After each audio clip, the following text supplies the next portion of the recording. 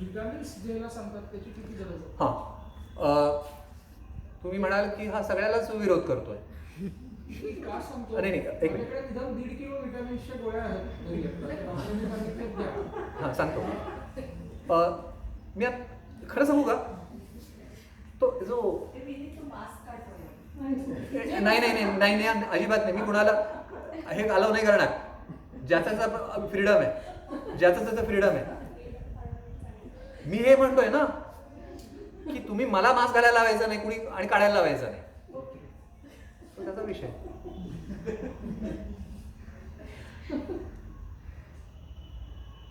Vitamins सुद्धा द्रव्य आहे. मला भूक लागलेली नसेल आणि मी जर खात असेल तर ते मला पचवावे लागतात. की जाहिराती असतात बघा की असं काहीतरी कुठली तरी क्रोसिन का कुठली तरी गोळी खाल्ली की डोकेदुखीवर खाल्ली की असं आत जातं आणि असं डोक्यात जातं आणि डोक्यात ते असं लाल असतं आणि ते निळं होतं. असं काही होत नाही. ते आधी पोटातच जावं लागतं, पोटाला पचवावं लागतं. विटॅमिन्स सुद्धा पचवावे लागतील आणि जेव्हा अपचन झालंय तेव्हा विटॅमिन्सचं सुद्धा अजीर्ण होणार आहे आणि त्याचा त्रास होतो. विटॅमिन्सबद्दल विरोध नाहीये. अवस्था काय आहे आता तुमची अवस्था अपचनाची झालेली असताना, अजीर्णाची झालेली असताना ते आधी पचवा आणि ते एकदा पचायला लागलं की तुम्ही काही खाल्लं तरी तुम्हाला ते अंगी लागणार आहे. मग त्यावेळी खा विटॅमिन्स, पण त्यावेळी तुम्ही अन्न खाऊ शकता तर विटॅमिन्स का खाणार? जो कडकडून भूक लागल्यानंतरच खातो, जो तहान लागल्यानंतरच पाणी पितो, त्याच्या पोटामधून अजीर्ण होत नाही, त्याला व्यवस्थित पचतं. ज्याला अन्न आणि पाणी पचतं त्याचं शरीराचे त्या अन्नातून शरीराचे घटक चांगले सकस तयार होतात. असं सकस घटक शरीराचे जे तयार होतात तेच शरीराचे घटक तुमच्या शरीराला, तुमच्या मनाला, तुमच्या बुद्धीला, तुमच्या आत्म्याला, तुमच्या प्राणाला बळ देऊ शकतात. तेच बळ तुम्हाला मुक्तपणे जगू देतं आणि ते मुक्तपणे जगण्यालाच आपण इम्युनिटी म्हणतो. इम्युनिटी विकत मिळणार नाही, व्हॅक्सिनमधून मिळणार नाहीच नाही. इतकं साधं सोपं आहे. इतकं साधं, सहज आणि सोपं आहे, सहज आहे. हे सगळं सोडायचं. 359 डिग्रीला खिडक्यांची आणि दारं बंद करायची आणि 1 डिग्री मधल्या जे ते तुम्ही सांगतायत आणि ते का सांगतायत याचा विचार करायचा नाही. एक किस्सा सांगू का? असंच परवा आमच्या इथे ब्लड डोनेशन कॅम्प झाला. डॉक्टर्स बसले होते आजूबाजूला. मी ऐकत बसलो होतो. मी काय कुठल्या असोसिएशनचा भाग नाही, तुम्हाला माहिती आहे, पण आमच्याच इथं झालं म्हणून मी बसलो होतो तिथे आणि ऐकत होतो. माझं असं म्हणणं नाही की सगळे असं करतात, पण बहुतांशी करतात याबद्दल काही शंका नाहीये. एक डॉक्टर दुसऱ्या डॉक्टरना विचारतात, का तुम्ही ते कोविड सेंटर का नाही केलं तुमच्या इथे क्लिनिक?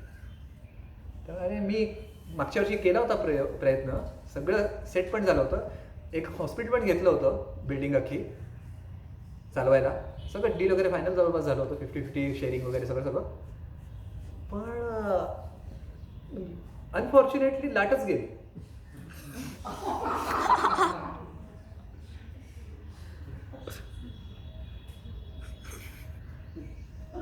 तुम्ही विचार करू शकता. आणि आता व्यवस्थित चाललंय.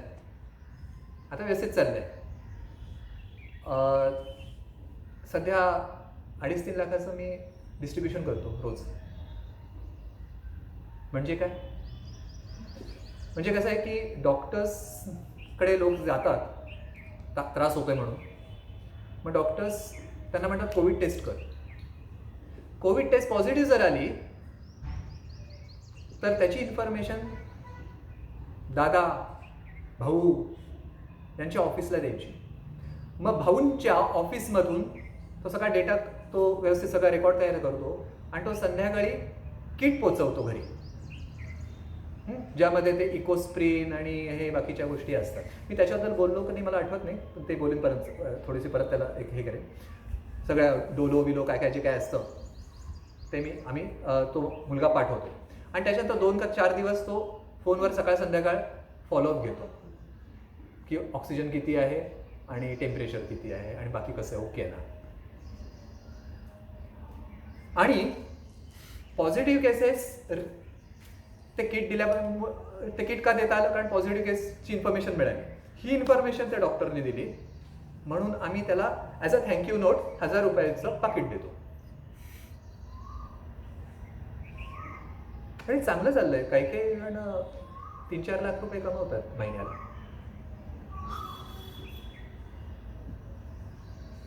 त्याच्यावर ते ऐकत होता घरला एक डॉक्टर म्हणाला की कमी नाही वाटत 1000.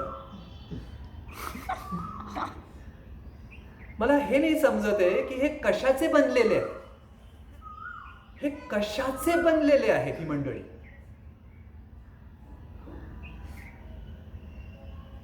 इतकं तुम्हाला सोपं वाटत असेल की सगळं प्रामाणिकपणे चाललेलं आहे. भ्रमातून बाहेर या.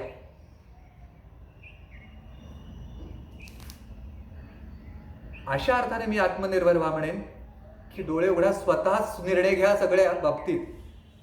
आणि आत्मनिर्भर होण्यासाठी आत्मनिर्भर होण्याची गरज आहे.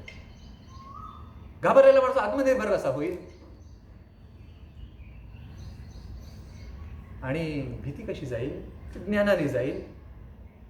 शोध घ्यावा लागेल, स्वयंशोध घ्यावा लागेल, स्वतःचा शोध घ्यावा लागेल, सगळ्या आजूबाजूच्या गोष्टी बघाव्या लागतील.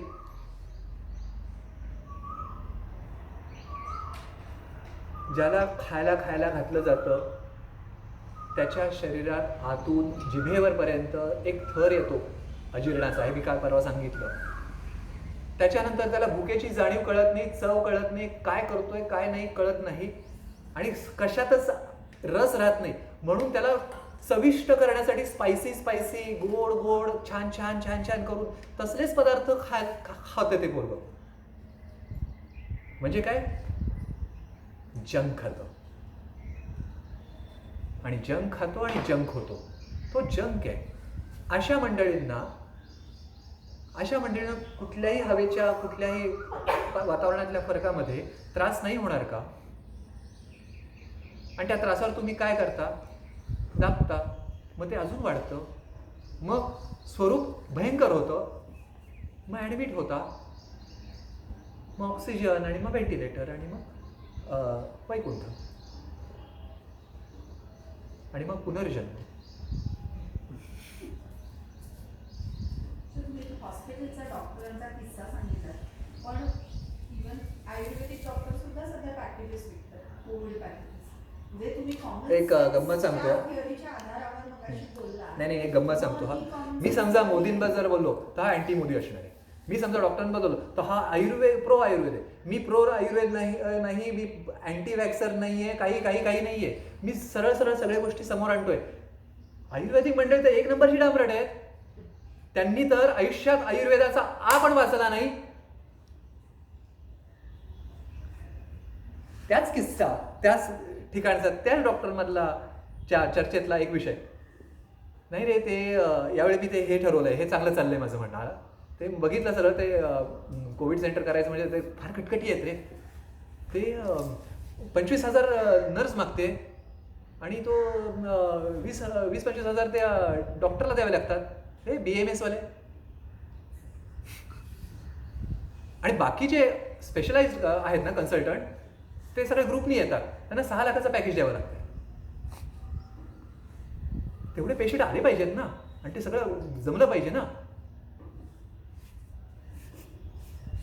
मंडळी आयुर्वेदाच्या नावावर ते गंमत सांगतो. हे आयुष डिपार्टमेंट, मंत्रालय, यांना जेव्हा पंतप्रधानांनी सांगितलं की आयुर्वेदात काय करू शकतो जरा सल्ला द्या, तेव्हा त्यांनी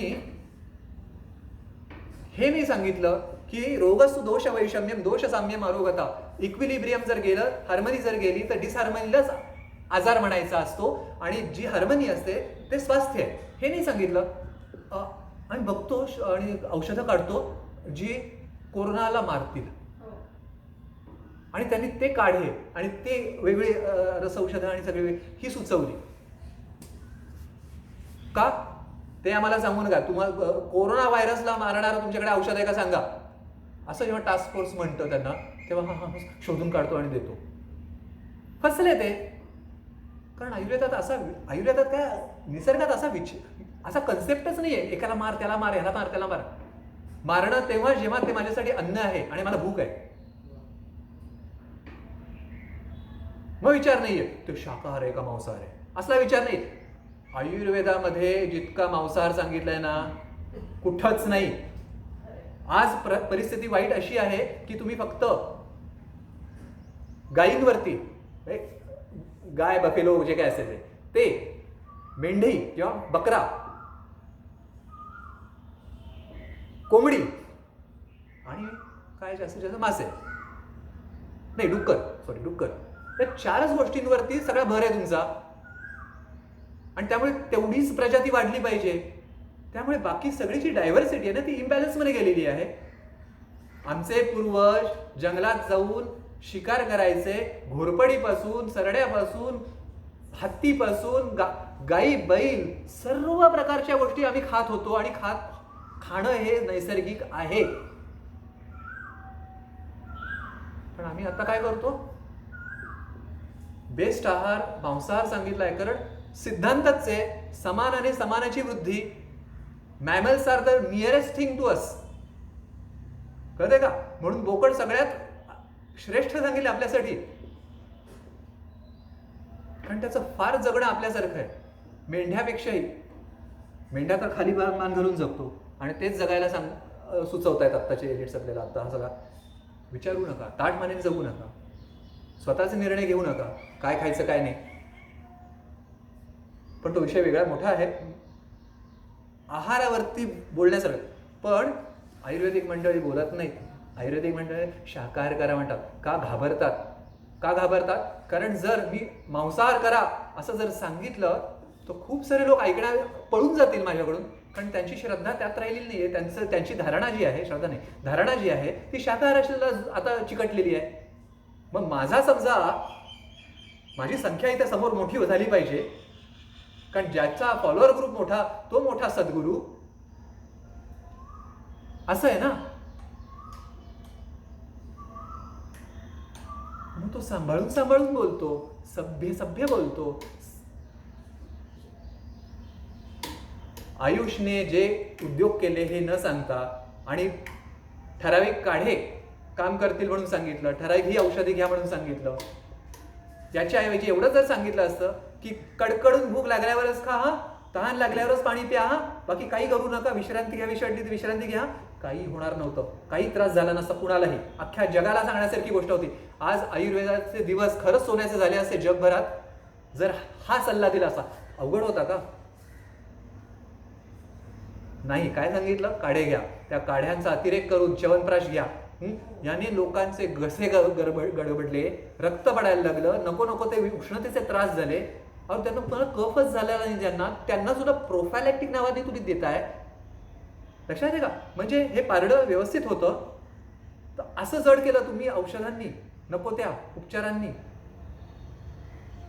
समजा कोविडने हे समजा पारडं असं जड होत असेल तर द्या ना इक्विलिब्रियमने. पण त्याला काहीच त्रास नाही, त्याला औषध उपचार देता. लाजा वाटल्या पाहिजे. असिम्प्टोमॅटिक पेशंट्सना ट्रीट करा म्हणता तुम्ही, ज्याला त्रास नाही त्याला काय ट्रीट करू?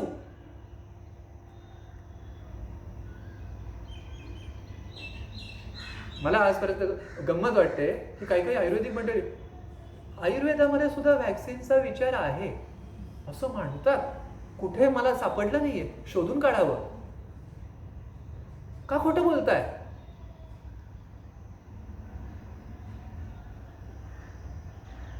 व्हॅक्सिनमध्ये काय काय आहे हे डिक्लेअर आजपर्यंत कोणीच करायला तयार नाही. हे 2 कोविशिल्ड आणि कोवॅक्सिन ही आमची देशी वॅक्सिन्स आहेत असं सांगितलं जात आहे. ॲस्ट्राझेनेका म्हणजे युके आणि स्वीडन ह्या 2 कंपन्या एकत्र, ॲस्ट्राझेनेका या 2 कंपन्या एकत्र ॲस्ट्राझेनेका ही कंपनी झाली. आणि ऑक्सफर्ड युनिव्हर्सिटी यांनी रिसर्च करून हे डेव्हलप केलेलं आहे. ही काही रिसर्च बॉडी आहे का? SII फक्त नावाची इन्स्टिट्यूट आहे. हे फक्त प्रोडक्शन युनिट आहे.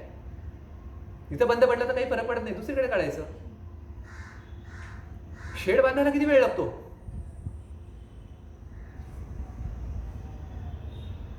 आम्ही इथे फक्त प्रोडक्शन इकॉनॉमिकल होतं, कारण लेबर इकॉनॉमिकल आहे म्हणून हे केलेलं आहे. कोवॅक्सिनची गोष्ट कथा वेगळी नाही. भारत बायोटेक, फक्त भारत नाव भारतीय त्यातलं एवढंच आहे. भारत बायोटेक हैदराबाद मधली कंपनी आहे, त्याचं नाव मला मालकाचं आता आठवत नाही, काहीतरी छोटंसं आडनाव आहे. अख्खा सेटअप अमेरिकन कंपनी आहे फ्ल्युजेन नावाची, अख्खा सेटअप शिपमेंटने इकडे आणला आणि बसवलेला आहे फ्ल्युजेनने. आणि हे जे वॅक्सिनचा रिसर्च जो झालाय, डिझाईन जो झालाय, डेव्हलप जे झालंय, ते युनिव्हर्सिटी ऑफ विस्कॉन्सिननी केलेलं आहे.